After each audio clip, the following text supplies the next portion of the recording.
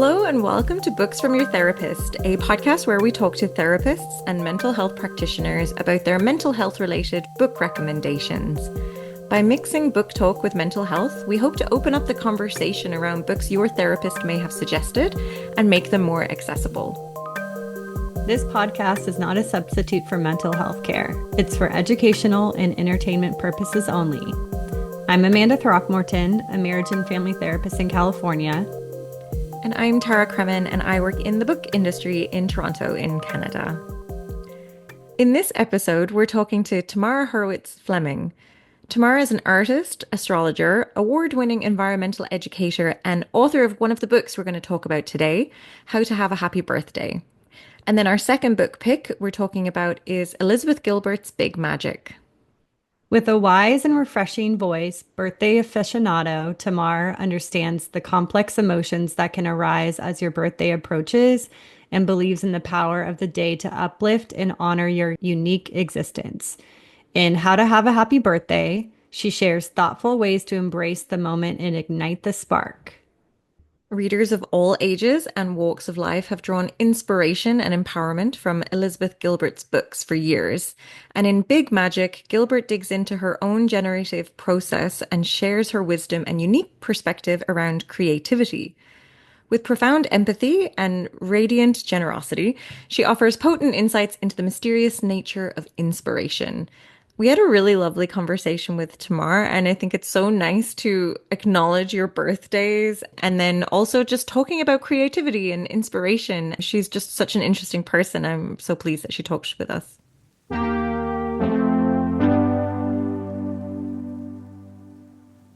Hello, Tamar. Welcome to Books from Your Therapist. Thank you. It's a pleasure to be here. We were hoping you could just, introduce yourself for listeners, anything you'd like to share about yourself before we jump into your book picks. My name is Tamar Hurwitz-Fleming, and I'm an author. I wrote a book called How to Have a Happy Birthday, and I'm excited to talk about that with you today. In my previous incarnation, I spent 25 years as an environmental educator, teaching children in K through 12 public education and private education what they could do to help protect the environment. Very gratifying work. So grateful that I was able to spend so much of my career and my life doing that work. And now my husband and I have a boutique communications agency, and he does a lot of work in, sort of on his own. But when we collaborate together, we do some nonprofit work, which is really gratifying to work together to still stay meaningful in that kind of communication space. I'm an artist, I'm an astrologer, I wear many different hats, and I'm actually really gratified that at this stage in my life, I've been able to write a book that is a self-help book to help people have happier birthdays, because I believe it's a really powerful thing to experience. Yeah, it was interesting to read prior to you coming on and us meeting you, learning about you and your history. And you do seem to be so creative, right? Like writing and art and astrology, and even it seems some interior design. Is there anything you feel most passionate about right now? Well, right now, I'm particularly passionate about communicating, about talking about the book, about visiting podcasts like yours to really communicate to people who are listening that the power that they have to really enhance their life by having a happy birthday, and that it sounds like a simple thing, but there's actually a lot to it. And so I'm passionate about many things, but right now, if you're asking about right now, it really is about having these conversations to help support people in having a happier birthday. Nice. Is there anything else that you'd like to share before we jump into chatting about your book?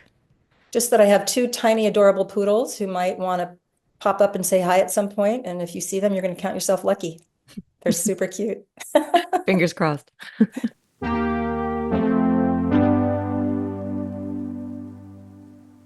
All right, well, let's jump into your book then. So that is How to Have a Happy Birthday. What inspired you to write this book?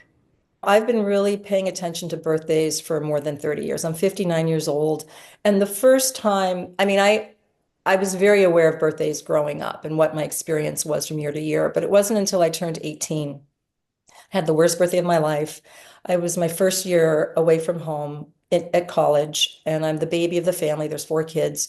And this was back in the early 80s before cell phones or anything like that. And so, I woke up expecting the phone to ring, my family wishing me happy birthday. And those were my birthday plans. That's all I had on the docket, was just receiving the calls and the love that were going to come that day. Well, they never came. My family completely forgot my birthday. And I was like running back to the dorm room to sit by the phone for it to ring. And it was by the time the evening came and the night came, I was devastated. I just couldn't believe they forgot me, but they did. I knew they loved me, but in that moment, it was like, I don't know if I didn't know that they did really, because they forgot such a big birthday first year away from home. It was really devastating. And so that was a real heartbreaking experience, and it imprinted me deeply.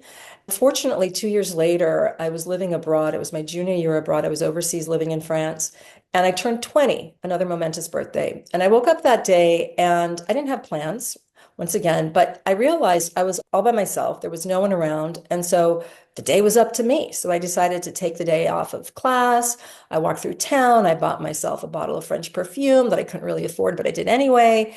And then that evening, I had some of my student friends over for cake. And it was wonderful. I had like an amazing birthday. It was such a transformation from 2 years earlier. And that's when I realized, oh, I get it. You can't sit and wait for the phone to ring. You have to take charge of your birthday and make it happen so that you create your own happiness.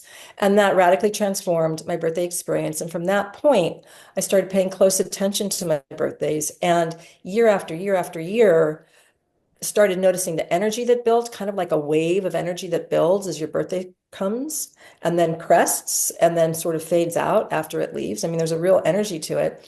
I started paying attention to my emotions leading up to my birthday. I paid attention to the day itself and the activities that nourished me or actually didn't make me feel so good. And taking that experience, I realized I had a book to write. But the trigger for that actually came when a friend of mine, I knew that he didn't like his birthdays, but I showed up one day full of good cheer to wish him a happy birthday, and he actually got angry with me. And I was shocked. I'm like, "Ooh, you're angry with me that I'm so cheerful about your birthday." But he said, "I don't like my birthdays." And I had known that. But it was as if I didn't respect what he had said. I didn't quite believe him. I just sort of Mm. thought, well, maybe no one's made enough of a big deal, so let me do that for you. Because that was my experience. And then that made me think, like, okay, a lot of people don't like their birthdays. A lot of Mhm. people don't like their birthdays or have a hard time with their birthdays. And I believe there's a birthday spectrum where we're birthday positive or birthday avoidant, and that all of us fall somewhere on that spectrum. And I think if you draw a straight line down the middle, you've got about 50% of the population on one hand and 50% on the other.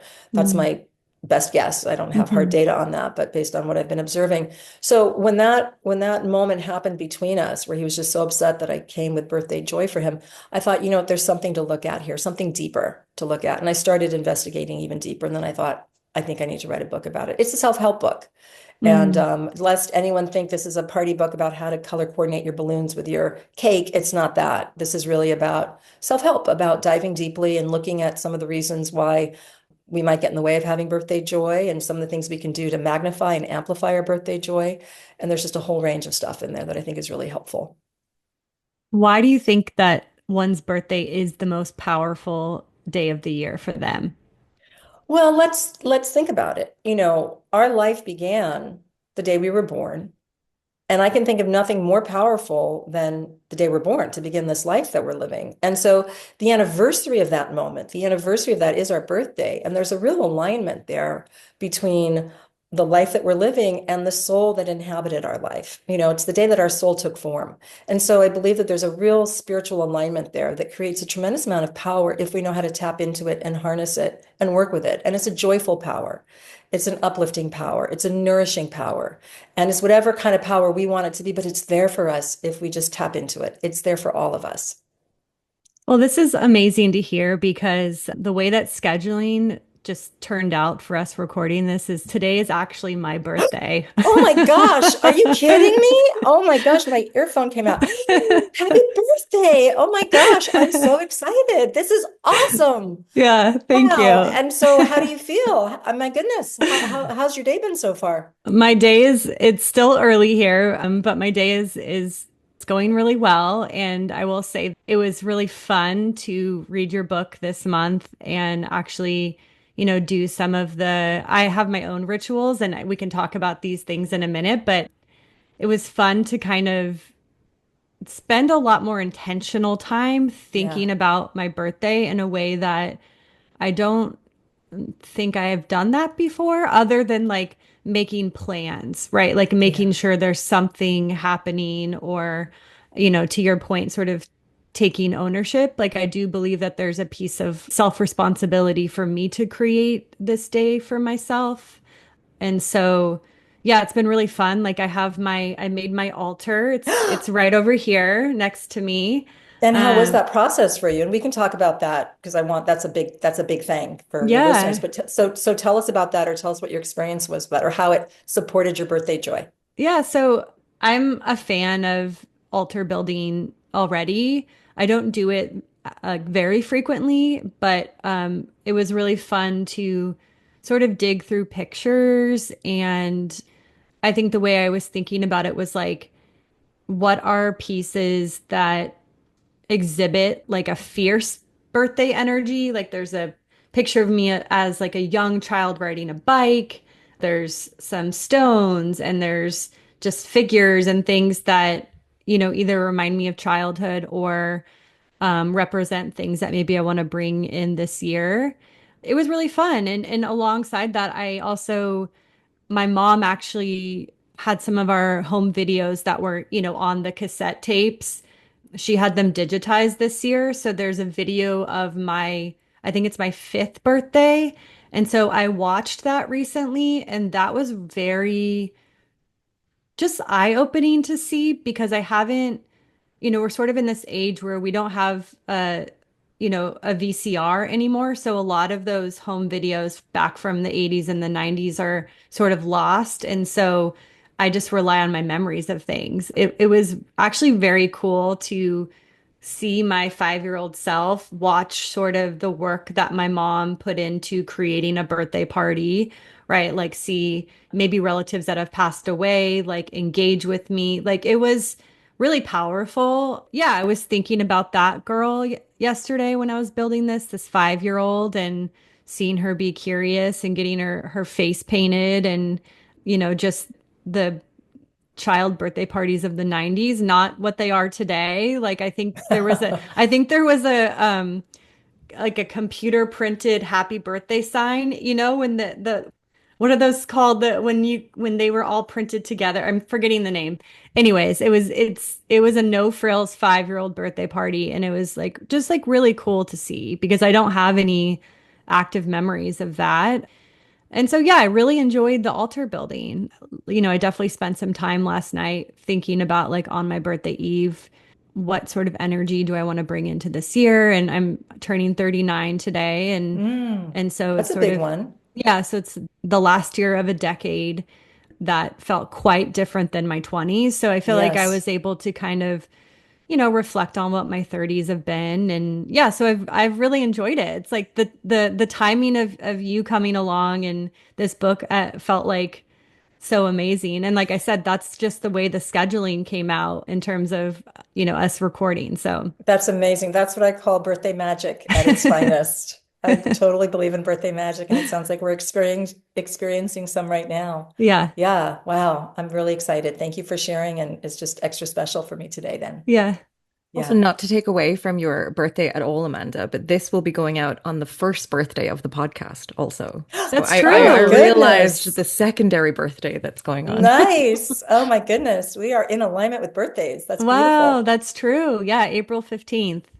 So that was our big reveal that we That's a and good your one. response did not disappoint. I'm so happy you were aligned with us on this. Oh, yes. I'd love for you to talk a little bit about some of the rituals that you talk about in the book. Like I know I mentioned the altar building, but I'd be curious for you to share with some listeners some other things that you talk about. Well, in the altar, I just want to say, and you said a few things that I think are important to emphasize, which is that you built your altar on birthday eve, because I believe birthday eve is actually a really special time. It's sort of like Christmas Eve, right? It's the evening before the big day, and there's this the energy is the birthday spirit shows up on birthday eve. And so when you make time, as you did, to set aside a space to create an altar filled with the things that are special for you or that you want to invoke that are memories or mementos, that it actually creates a focal point for that birthday spirit, that birthday magic to start radiating from. And, when I build a birthday altar on my birthday eve, I really feel like it's the light switch that turns on the birthday spirit. And then when I wake up in the morning, one of the rituals I do is I sit in front of the birthday altar and I have some quiet moments with myself. I've found that if I don't have some quiet, sort of more spiritual moments with myself to just ground and be tuned in, the day can run off and I feel like I'm always trying to catch up. Like, wait, where am I? So if I get grounded and centered in the morning in front of the birthday altar, that's a nice way for me to start my day. And it's, usually on the birthday altar, I have like angel cards or something, the word that I'll pick to sort of invoke a spirit for the day. So there's that ritual, and I'm really happy to hear you did that and that you liked it. But then there's also, whatever rituals mean something to you, right? There's ideas in the books of different things that we can do. But I mean, birthday cake is a ritual, right? Hmm. Some people really like to go hiking on their birthday. That's their ritual, or go to the sea or go to the ocean. So I feel like rituals are those things that bring meaning to us because they are part of a sacred moment in life. And so the birthday ritual, I think that when we can bring sacred moments into our birthday, whether it's building a birthday altar or doing whatever makes us feel more in alignment with our spirit, that becomes a ritual that has power. While there are a variety of ideas, there's also things for you to decide for yourself what excites you, what sounds fun to you. And one of the things about having a happy birthday, and you said this earlier too, Amanda, is that you plan for it. Much like Thanksgiving, I mean, you think about, our birthday is a major holiday. And just in the way you're not going to wake up on Thanksgiving and say, okay, what's for dinner and who's coming? You got to plan. It's the same Hmm. thing for your birthday. Like you really do want to ideally take the day off work. I don't know if you're working today or not, Amanda. I don't consider this work. This sounds like fun. No. Yeah. But if you can take the day off so that you can actually have the day be your own to do what you want and to decide what it is that you want to do and who you might want to do it with. And, to really elevate the day so that you can feel elevated by it. I always take the day off. I never want to work on my birthday. But part of that is from, I mean, I work remotely mostly, but being in the office they would sometimes decorate your desk and you would get a lot of attention on your birthday. And I really didn't like that. So it's like nice to take the day off and you're just like do all the fun things that you want to do. Yeah. Interesting. When is your birthday? In May, May 12th. Oh, so it's coming up. Oh, that's my Yeah. best friend's birthday. I like Oh. that. So it's interesting you don't want the attention. Can you tell us more about that? Because some people don't like the attention that comes to them on their birthday. Only in that office environment, really, I think, because I'm picturing this particular office like very big open concept, and you're just kind of like a lot of small talk than people coming over. And I guess, yeah, I'd rather celebrate it myself or do what I would like to do, even though it is nice that people do want to celebrate your birthday. I think for me, it's a bit more personal, or I try to be a bit more intentional with how I want to celebrate it. So, like last year, for instance, I realized after the fact, I essentially threw myself a children's birthday party because I found this person on Instagram that makes these most amazing cakes. So you can give her a theme and she'll build you this cake. So I asked for a cake around something to do with clouds. Here are some flavors that I like. And I went up and on the day of my birthday, I picked up this ridiculous cake and invited my friends over to eat it at like 2 p.m. And then it was like afterwards where I was like, yeah, no, that's like a child's birthday party. That sounds But it was wonderful. great because it was like we got to eat Yeah. this cake and all these snacks and it was really nice. And then I get to like relax in the evening and do my own thing or and then also go for dinner and things like that. But it was nice to have a little party that was I guess I found your book a little permission giving to like throw yourself the Yes. party that you Yes. want. Like, Yes, and thank you for saying that. It is permission giving that you get to be the center of your world one day a year. And you know what? We all get that day a year. It's an equal opportunity provider. We all get one 24-hour period, and nobody begrudges us being happy on our birthday. Nobody says, "Oh, you don't get to celebrate and be happy. How dare you?" And if they are saying that, you probably don't even want those people in your life, to be honest. I mean, really, if people on your birthday are starting to give you some shit, basically, that's a real clear signal that that's not a healthy relationship because Mhm. birthdays are the one day actually you get a free pass to be you, to do you, to have as much joy as you can possibly handle. I love it that you got that cloud cake. That sounds super fun. And what I It was like great. about it is that it was fun to think about it and look for it and plan it. And then like there was this anticipation. And so when it Yeah. showed up, it wasn't just birthday cake. There'd been a lot of planning that went into that. And that Yeah. was part of your joy. I got Yeah. myself a cloud balloon too. I was really leaning into it, and then my dog is terrified of balloons, so I was like, "Oh, this was a really Oh. big mistake." But it was nice and entertaining for myself for those. Yeah, I love that. But Amanda and I always we have separate rituals or like I guess questions that we ask always on our birthday. Do you want to chat about yours first, Amanda?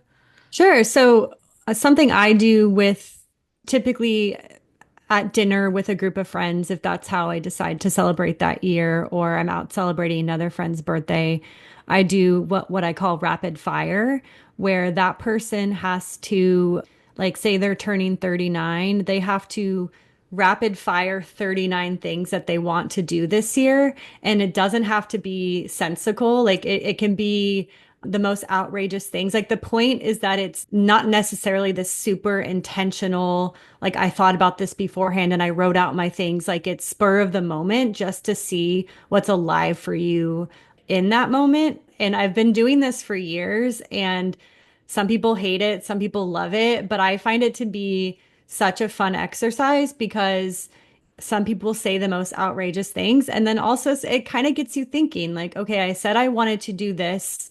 I said I was going to read this many books this year. I said I wanted to travel here. There's something about it that I think actually sort of saturates for people. And then maybe they actually go, okay, what are the things that like of this list that I feel like I do want to try and accomplish this year? It's not meant to be a strict to-do list. It's like in that moment, if you're dreaming of this year, like what do you see for yourself? I love that. And that, birthdays are a personal new year. And Hmm. so they really do give us an opportunity to think forward. What do I want to achieve, experience, do this year? And it's just a year, it's not like a 20-year plan. It's just in Right. this coming year. And a year going in seems long, but coming out is short. So there's not, it's a very manageable chunk of time. And so I love that it's almost like you're just really setting up what you're hoping for this coming year. And that's it. It's not going Hmm. beyond the year. It's really Hmm. just for this period of time coming up. That sounds fun. I'll And have to then think about that. I'm turning 60 in January. I would be hard pressed to think of 60 things rapid fire. Like, whoa, I'm impressed you come up with 39. The other option is to set a timer and say, okay, like we've done that too. You have 5 minutes. Let's see how many you can say. I like that. I think I'll try Yeah. Yeah. that. And the questions that I ask are a little bit more, I guess, retrospective, where I stole this from a friend of mine years ago, and I've always done it, and it's become like a ritual as well. Where, like recently, it was my friend's birthday, and we were at dinner, and she was like, "You haven't asked me the questions," and I had forgotten. I was like, "Oh yeah." So I always ask to think about the last 12 months since your previous birthday, something good that happened, something bad that happened, and something that you've learned. And it's kind of nice because it takes a while to just really take stock in like something that you've learned in the past year. And I know sometimes it can be hard to acknowledge the bad things. Sometimes that's the easier question or acknowledging the good, but I always like kind of taking the time to think about, what have I done since my last birthday? Well, it sounds like that helps you integrate the past year. That if we Hmm. are talking about a personal new year, much in the way like December 31st, we're looking back before the new year begins. I really like that you've got these questions that are reflective about what you just came through before you start a whole new year. These questions go nicely together. Hmm. What are some of the ways that you see people sabotage their own birthdays? Well, sabotaging birthdays is a thing. My chapter 2 in my book is called The Birthday Blues, and it's all about why we get sad on our birthday.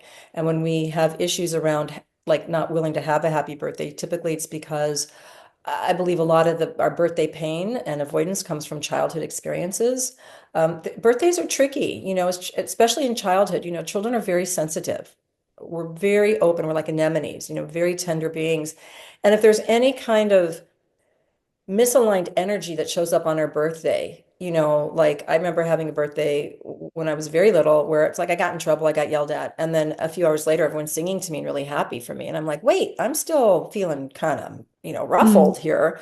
Like, and now you're want me to smile and be happy. It felt really disconnected. The two Hmm. experiences felt very disconnected. And so those are the kinds of experiences, I'm just using my own example as an example, that can start to plant seeds of discomfort or a little bit of anxiety or performance. Like, do I have to perform to be happy now because everyone wants me to be happy and I'm not?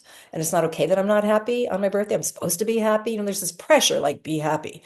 And that can be hard for people. And some people aren't that happy and they don't want to feel like they have to be happy on their birthday. And so birthdays become like a thing they want to avoid because there's some pain associated with it. A lot of people also have issues with their birthday because they've had hopes, they've had expectations, and they were let down. Often we expect other people to do for us what often we can only do for ourselves.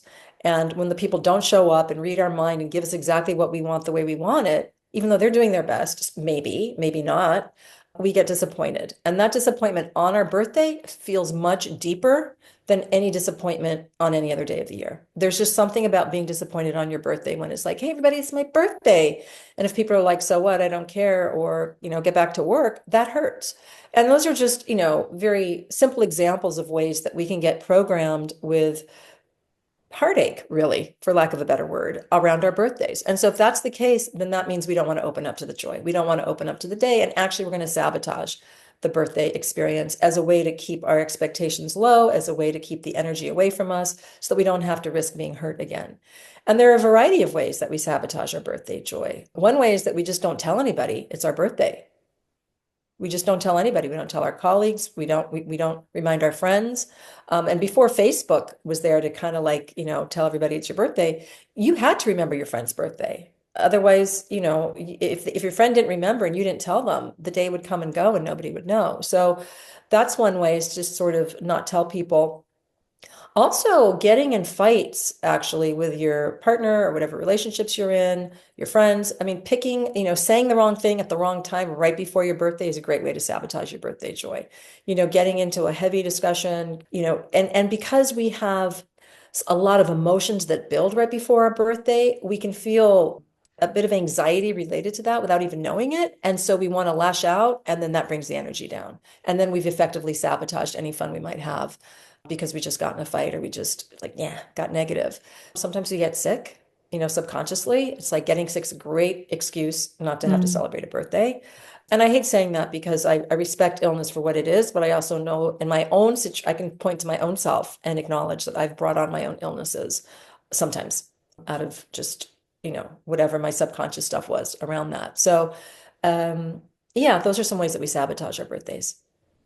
And do you have any advice for people that might have any blocks celebrating their birthdays due to, like, to your point, past disappointments, or sometimes people have trauma associated with their Yeah. birthdays? Like, do you have any advice for people to help them embrace the day? Well, if you have trauma around your birthday because something really bad happened on your birthday that is true trauma that you can't shake, because what bad luck that would happen on your birthday. Obviously, I would suggest seeking out some therapeutic support to heal, because you deserve to have a happy birthday and move forward from that traumatic event. I love EMDR as a therapeutic modality. I think it's just really effective for releasing the trauma from our brain, so it's not a trigger. For the people listening that are a little birthday avoidant, I suggest that you allow yourself to practice having a happier birthday the next time it comes around by taking the day off and letting yourself do whatever you want to do with or without anybody, even if it's just staying at home and watching reruns of the Flintstones, which sounds really good to me. Like, do whatever you want to do. Like, don't feel that you have to perform or please other people. A lot of us are people pleasers. A lot of us are caretakers and givers. And a lot of us don't know how to just put up the stop sign and say, okay, today's my day, and this is what I want to do for myself. And so practice. And I use the word practice, that's been coming up. It's because just because your birthday's coming up and you're hearing this conversation, or you read my book, or maybe you do the workbook and you get some insight, it doesn't mean that you're going to snap your fingers and suddenly have the best birthday of your life, although I actually hope that you will. It just means that you're practicing having a happier birthday by putting some effort and planning into your day so that you stand a better chance for having an uplifting experience, which I believe is your birthright. I believe everybody has access to. And if anybody listening say that's impossible for me, I challenge you. It's entirely possible for you to have a happy birthday, or for you to have a happier birthday than you've ever had before, wherever that falls. It makes me think a little bit about, I don't want to gender it like women versus men, but male versus female identifying people. Like I know I have a lot of men in my life that are very birthday adverse. Like, do you find that women are more open to celebrating themselves in a bigger way? Like, I guess for me, when I think about sort of the binary, men being, like the masculine thing is to like celebrate like accomplishments, or do you notice anything between the different genders in terms of who's embracing or not embracing? I do. I do notice that. Mhm. And typically, as you say, I mean, everything you said is spot on. I've witnessed the same thing. I think, I've witnessed men that are very birthday positive, but they do things, I'm going to go hike Machu Picchu. That's Mhm. what they do for their birthday. It's Mhm. not that they're having a birthday party with cloud cakes. They're doing, right? They're not Yeah. doing that. They're doing something completely different. So I think it's just, my husband doesn't really make a big deal about his birthdays. He never really thought about him, take him or leave him. He didn't have any emotional issues around them. He's just that kind of guy. Mhm. Now that we're together, obviously he takes his birthdays more seriously, but I help him do that. He still feels like he Mhm. he he enjoys his birthdays when they're here, but it's not like he's ready to start planning and rolling up his sleeves. I mean, that's just because that's just who he is. So I think we're Mhm. all different, right? Regardless of our gender and sort of how we show up. But yes, I have noticed that there is a distinction. And I just want to say that, I spoke with somebody recently, he was turning 50, and he really just wanted to go on a trip by himself for his birthday. But his family, his friends really wanted to celebrate him. And so on his 50th birthday, he had a party that he didn't really want to be at because it was for other people to celebrate him. It wasn't really what he wanted to do. And so in a situation like that, I suggested, well, why not have that party a week earlier or even a month earlier? I like having that build up to your birthday. And then on your birthday, go travel by yourself. Like Mhm. there's a way to make yourself happy and make the people who love you happy as well. We don't need to please other people on our birthdays, but let's be honest, we live, most of us have communities of people who love us and want to celebrate us, and that's a good thing. And so how Mhm. can we have both? Mm. And that's for us to decide individually how we can make it work. But there's always solutions. You've mentioned that your kind of upcoming birthday is a bit of a milestone, and Amanda and I next year will be turning 40, which is kind of like, the next milestone birthday as well. But some people struggle with like getting older, especially around birthdays or like admitting age. How does embracing our age help us live better lives? I feel so deeply about this as a woman who's 59 and I'll be 60 in January, and I've seen myself change through the years. I've seen people's reactions to me change over the years as I age. And I've seen society's reactions to people, especially women, as we age. And what I've noticed is that there seems to be a collective belief or agreement that getting older is a four-letter word, that looking older is bad, that admitting your age is shameful if you're past a certain age, and don't do it because it's a loss of power. You're not going to have as much, I just don't buy it. And I think it only has power because we buy into it and we agree to it. And we subconsciously or consciously promote it ourselves by not admitting our age. I love it that you're admitting your age, that you're both 39. That's awesome because you very easily could not have done that, right? Because you would have been operating under this belief system that admitting that you're getting older means that you're becoming less powerful, less desirable, less valid. That's just a lie. It's not true.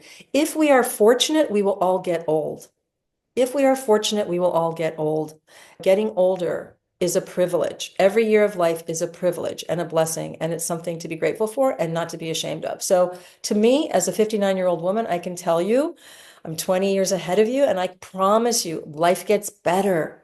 You care less what people think. You're more in alignment with what your own true nature is. You feel more empowered. You have enough life under your belt that you've got this wisdom that you can draw upon.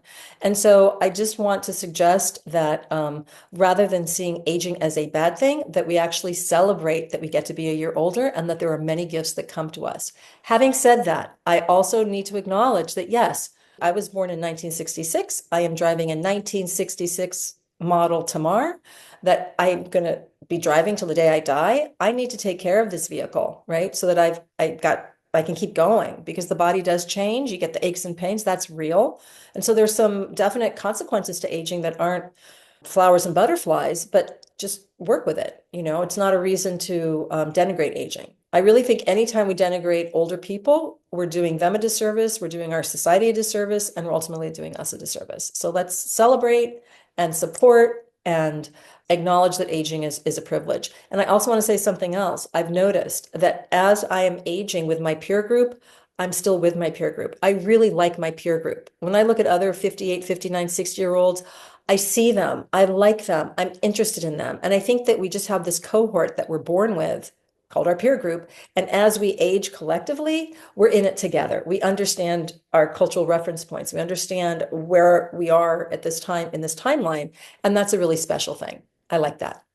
Yeah, I think it's such a great point that you're making, and it's so interesting. I know Amanda and I kind of talk about this like a lot about just how it changes with women aging and like some of the struggles that can come up. And I kind of find myself often having to correct myself in thinking of like, Yeah. no, no, no, it is such a privilege to still be Yeah. around and be able to get older and for these things to happen because, lots of people don't get to reach other ages.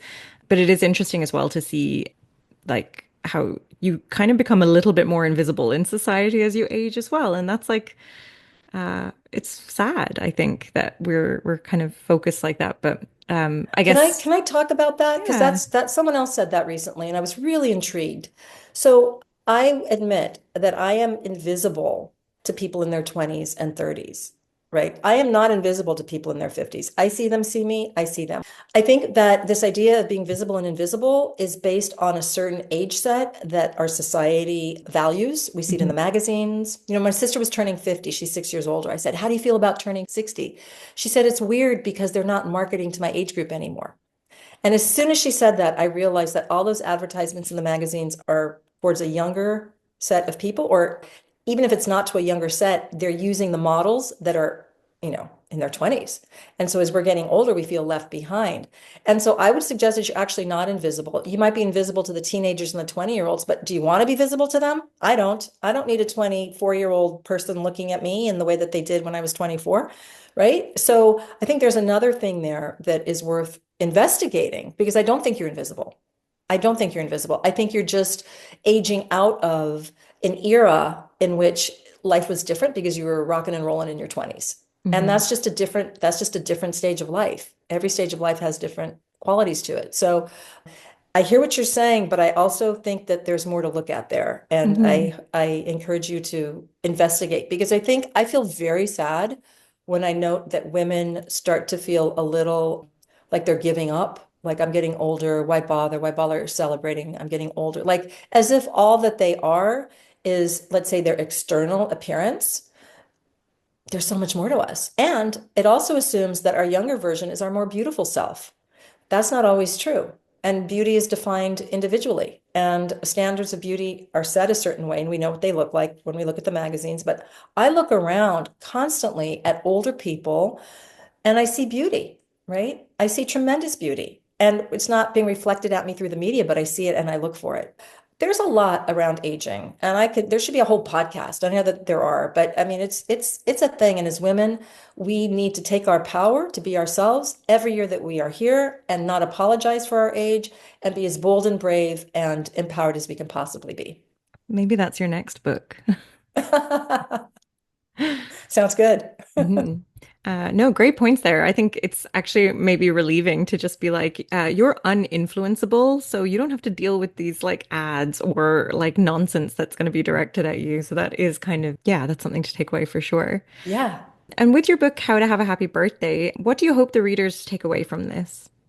Well, I hope readers understand that to celebrate yourself one day a year is a tremendous act of self-love or self-like, and that it actually is a form of healing, and it is a form of joy, and it is something that we all have the right to enjoy. And so if we can plan for our birthday as if it's a major holiday and do what we want to do on our birthday so that we actually have as much joy as we can possibly handle, then it actually will be really fulfilling. And I absolutely know that all your listeners can have happier birthdays if they do a little bit of work in advance to plan for their birthday. And if they are interested in reading my book, I recommend they do it 4 to 6 weeks in advance. Amanda, much in the same way that you read it right before your birthday, just in the nick of time, right? To put it to work.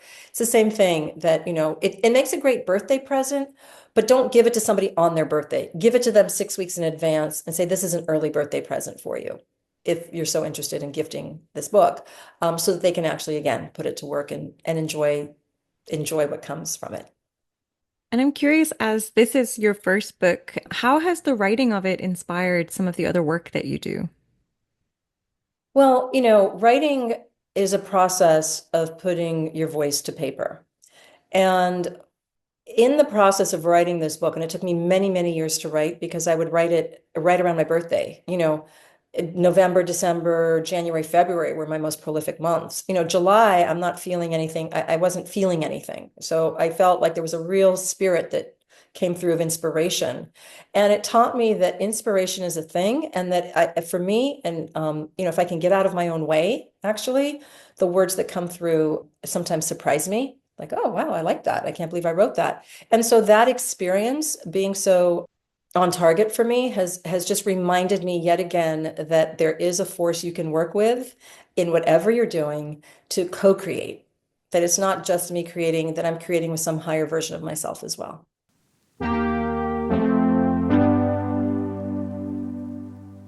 And that leads us really nicely into the second book that you picked, which is Big Magic by Elizabeth Gilbert, which I had downloaded to my Kobo and never opened. So thank you for the encouragement to read and open in preparation for this. But I'd love to know why you picked this book. I love Elizabeth Gilbert. I mean, who doesn't? When I read Eat, Pray, Love, her voice, I resonated with her voice instantly. And I just felt like, as many of us feel like she was a kindred spirit. So when Big Magic came around, Eat, Pray, Love was a memoir about her journey. But Big Magic is actually a self-help book about creative living beyond fear. And it's this idea that we are all creative beings. We all have the right to be creative. And she really sort of unpacks all the ways that we can get in our own way when it comes to being creative, and ways that we can support our creativity and live a more interesting life through curiosity and creativity. And very uplifting book, really hit the nail on the head. And she writes it in a conversational tone. She's funny. It's a wonderful book. I highly recommend it for everybody because I believe, like she does, that we are all creative beings and we don't need to be good, right, to be creative. We don't need to hit some standard. I'm a painter. I don't need my artwork to be hanging in a gallery for me to be motivated to paint. There is no achievement that's required or goal that's required for us to step into our creative self and enjoy the process and play of being creative. Yeah, I found this book really down to earth, which I must say surprised me a little bit just because Eat, Pray, Love was so huge. And she talks about the writing process leading up to that and then how it got really big. And just because it was written afterwards, yeah, it was just a really accessible, down to earth book. Yeah. How did you receive it first when you read it? What did you think about that? I felt the same way. I felt like she was just so approachable. Like she was my best friend and we were sitting on the living room to get a couch together and she was just talking to me. Like it just she's able to just pierce the separation between us to just talk to us. And that I think is that down to earth quality. Like there's just no airs. She doesn't put on any airs and she really just kind of unpacks it beautifully. It's a great book. My husband just read it. I got him to read it. And he did, and he really liked it. And he's now working on a creative project. And he points to that book to inspire him. It's been a couple years since he's been creative. He's a writer. And so now he's starting a new writing project. And he points to that book as being the match that lit the fire again for him. Yeah, I think it definitely inspired me to spend more time exploring like creative aspects of my free time because I tend to be a little bit of a control freak where I'm like, it won't be perfect, so I won't even begin. Yeah, And she right. talks about that in this book about like overcoming fears to like living creatively. So have you had to do that at all? I feel like you seem like you're a very creative person in general, but had you had to have overcome this? I'm sure I have. I'm sure I have, particularly probably when I was younger and much more sensitive to, what other people thought of me. One of the nice things as we get older is you still care what people think about, but you care less. You don't just give it over. You don't just lose your power to everybody else's opinion. You're like, I'm at the point now where, you know what, if you here's my painting, and if you don't like it, that's okay. I like it. It matters that I like it. It doesn't matter if you like it or not. If you do, that's icing on the cake. So it's this idea that I'm not being performative in my creative work anymore. I might have been a long time ago. And fortunately, I got over that quite a while ago. And because I'm such a creative person with a bunch of different outlets, I finally realized, and this is my, this is actually, I think, my superpower. It's like, do what pleases me. And so if I do what pleases me, then I know I'm going to like it. And typically, other people like it too. Even in my career, when I was an environmental educator for 25 years, I have an art degree. I did not have an environmental degree. I did not have an education background, but I knew how to communicate and I had a creative way of thinking. And my whole thing is like, if I can get you to pay attention and learn something and do something about it, I have successfully educated you and empowered you. And the rules were out the window. And I used to tell people that were in education, I said, one of the reasons I felt that I was so successful at my work is because I didn't have to unlearn the rules. I didn't have any rules. To me, it's like whatever works. That's my motto, whatever works. And so even in writing this book, it's like I didn't follow anybody else's rules. I just started writing and I wrote to put my voice onto the page in a way that resonated with me. And I think that as a creative person, if you start with yourself and end with yourself, you're doing really well. And then if other people like it, that's wonderful. And that's Elizabeth Gilbert's point. Yeah, she talks a little bit about like the notion of the martyr and the trickster as being different energies for creative expression. Which one do you resonate the most with, and which one do you think is the most influential for creativity? Well, the martyr is the one that is like, oh, like the starving poet, the bleeding artist. Like I'm struggling, but because I'm struggling, it's that much more important work that I'm doing, and I have no patience for that.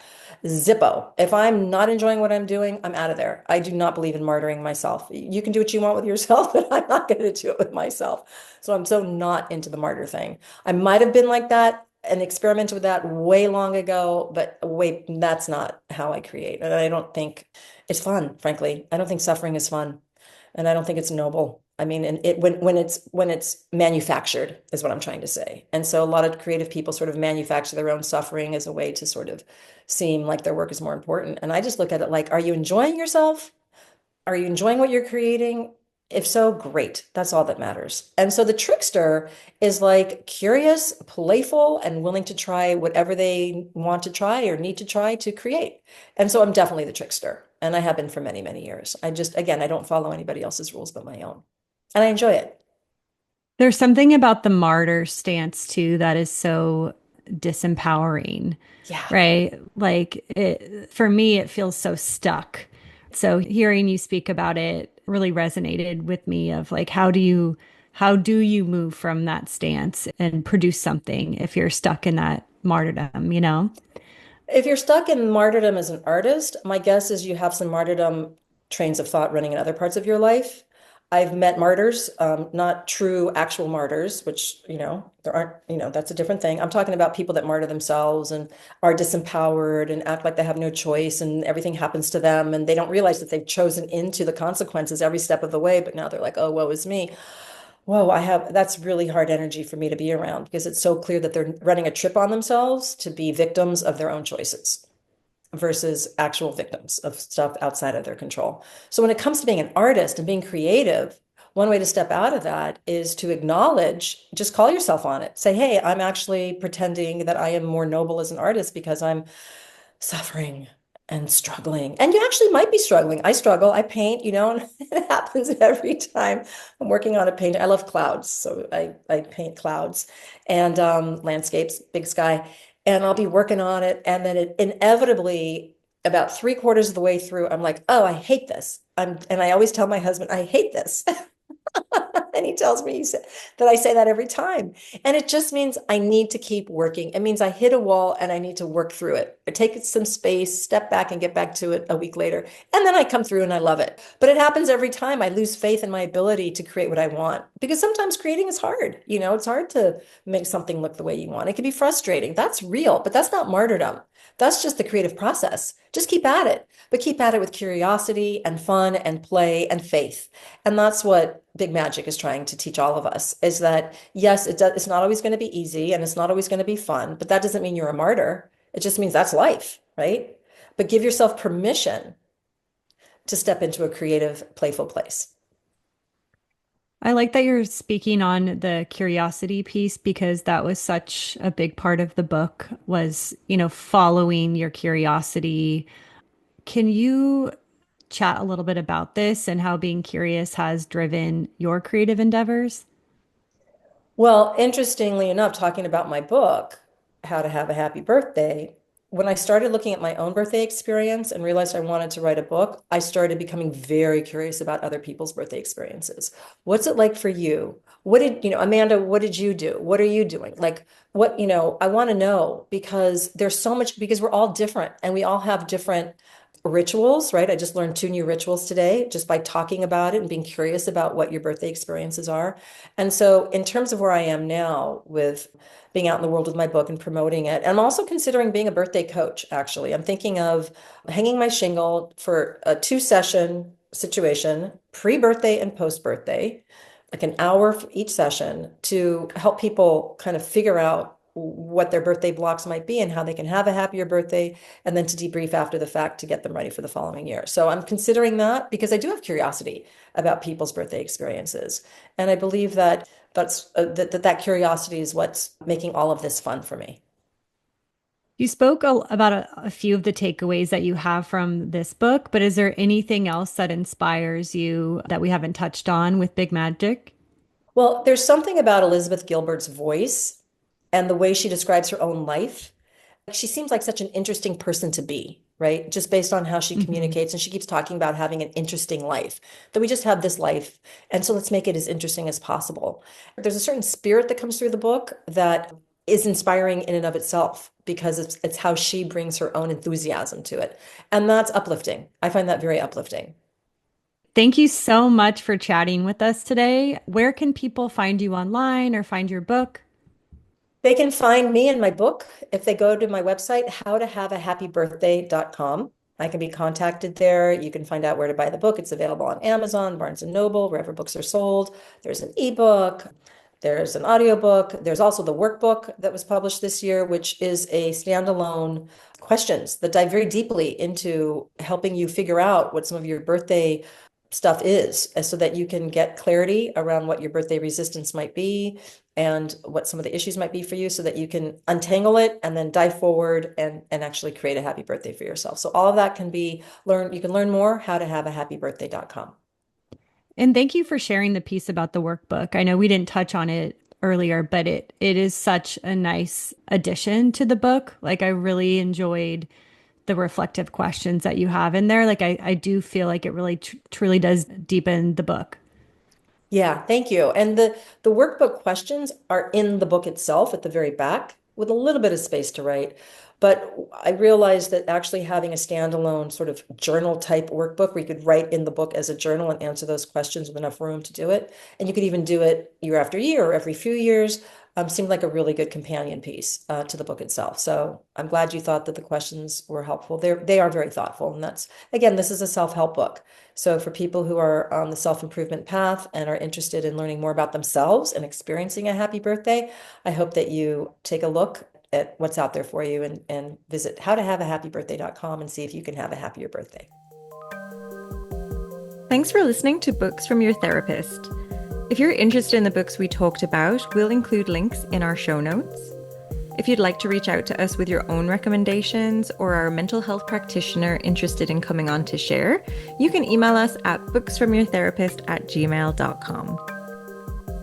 Happy birthday to me and happy birthday to you. Happy birthday. Everyone have the happiest birthdays they can have. Especially you, Amanda. Happy birthday.